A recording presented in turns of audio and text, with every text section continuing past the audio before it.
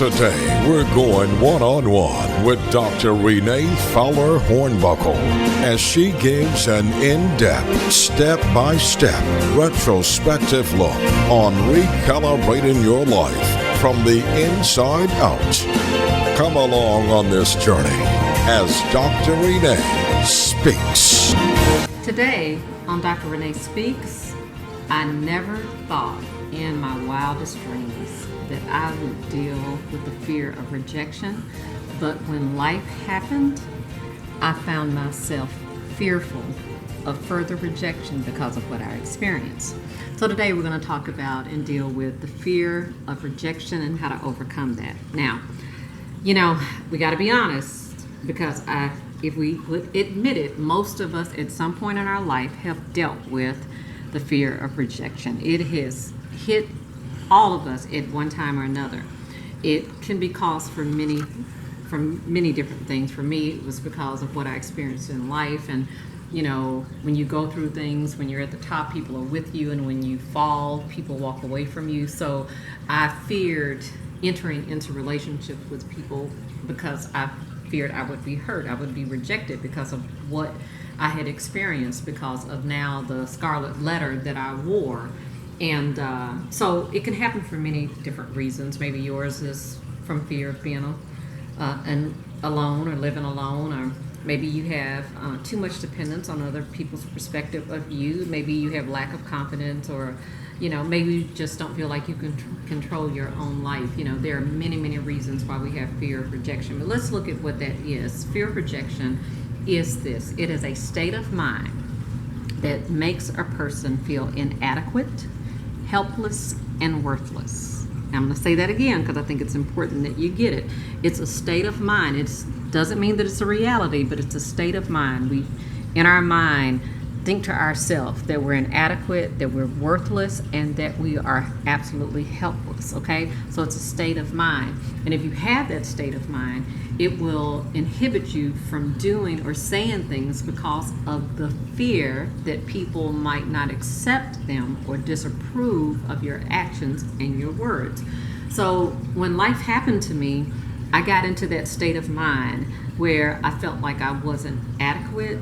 I felt not totally helpless, but my value and my worth of myself was greatly affected because people cut off my ministry engagements, business partners walked away, and that does a number on you. It really does. And so it caused me to be in a state of just shutting down, and I really had to deal with myself because I was like, I'm not one of those people that's normally bothered by rejection, but I found that because of what I had experienced and because I did not want people to further disapprove of me, that it caused me to really have this fear of being rejected. So I was not intentional any longer in engaging with people, building new relationships. In fact, there are a few people that I have relationship with now that said that, when I called you years ago, I wanted to be a friend to you because I realized that you didn't have a lot of people around you.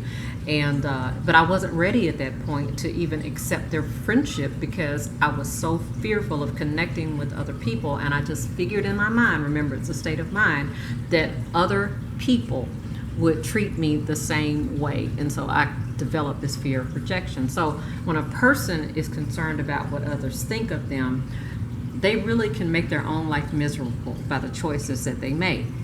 Because when you operate in the spirit, it stops you from speaking your own mind. It stops you from doing the things that you would normally do. The fear of rejection can literally paralyze a person and discourage a person from being productive. And so this is something that you have to identify in your life if it operates, so that you can begin to overcome it, because it will literally stop you from being the unique you that God called you to be. And so it can shut down your life. It can paralyze your life. And so as a result of that, it can cause you to act certain ways. So a person that has a fear of rejection can begin to walk without confidence, okay? That person who used to be sure of themselves is no longer sure of themselves. And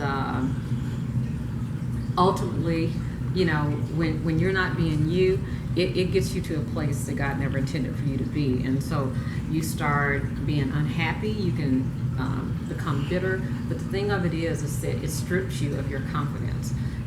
Again, it can cause you to no longer express your opinion. You're not vocal about your perception of things because you're afraid to say it because you're fearful that you'll be rejected. It can also lead you to a place of depression.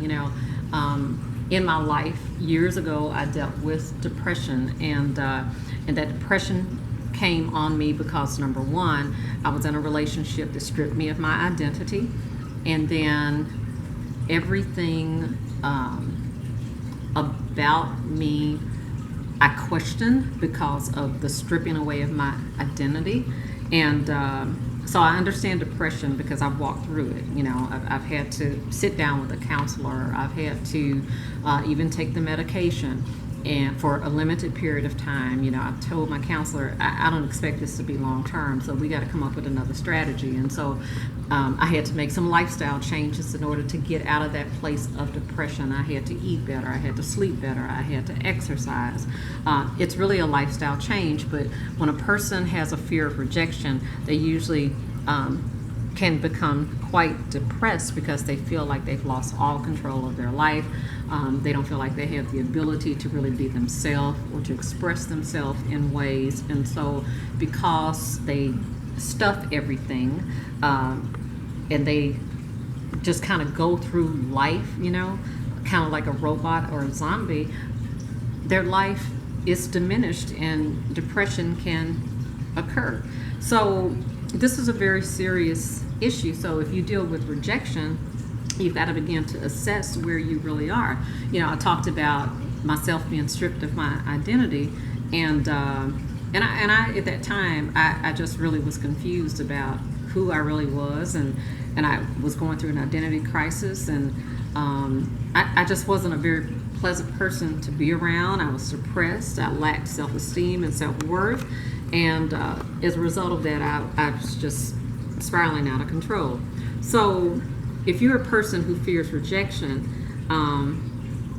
you can't go through life feeling like nobody accepts you. You have to get to a place to where you allow God to come in and to really deal with you. A lot of it, because it's a state of mind, I often find it's not even reality. We create things based on the fears that we have. So the thing is that you don't want to operate in that kind of mode because you'll keep people that really care about you alienated from you, and the cycle will never end. But one thing we have to understand is that God has not given us a spirit of fear, but of power, love, and a sound mind. And so you have to do everything within your power to get to that place of soundness so that your mind is sound. And it starts with you, recalibrating your life, going back and assessing where you are, looking at how you got there, and then saying, you know what, I'm going to do the work that's required to make the necessary changes so I can bring about a different result. And again, God has not given you a spirit of fear. Fear, we often say is false evidence appearing real. I liken that to the state of mind, the psychosis that you get into when you're fearful of things. Fear of rejection can be created, but it also can be real, but you're the one that has to decide to take that on. So when I went through that ordeal, I had to come to a resolve within myself, and I told myself, and I decreed it and declared it over and over and over again. God has not given me the spirit of fear. This spirit comes from the enemy. The enemy wants me to shut down. The enemy wants me to disconnect from people. I will not do so. I have value. I have worth in God. I'm fearfully and wonderfully made in the image of God. He put something great on the inside of me. I'm unique. I'm his masterpiece. I'm more than a conqueror, and I can overcome this thing. I'm not going to let this fear paralyze me or stifle me. I'm going to raise up in the strength and the power of the Lord, and I'm going to take my life back, and I'm going to be who it is that God created me to be. So I cast down that spirit and that stronghold of rejection off of my life, and I said, you know what? I'm going to show up in the room. I'm going to be there. I'm going to practice who I am again. I'm going to walk in who I am again. And I'm going to get back to the place that God intended for me. So remember, God is not giving you the spirit of fear, but of power. You got to walk in that power, walk in that authority. He gave you a sound mind. So take that thought captive and filter it through who God says that you are, and cast down that spirit of rejection, because it doesn't come from God. It comes from the enemy, and you're greater than that. You're bigger than that. You're better than that. And God has more for you. So get back engaged in life. Get recalibrated. Be honest with yourself. Do the work that's required, and get back to a better quality of life. You can overcome that rejection. Now, it's going to take some work, but you can do it. It took me work. And so after doing the work, I'm better, I'm stronger, and I'm wiser. And you can be too. I'm Dr. Renee, and I'm speaking to you, and I hope you hear what I'm saying. To partner and or support Dr. Renee, visit ReneeHornbuckle.com.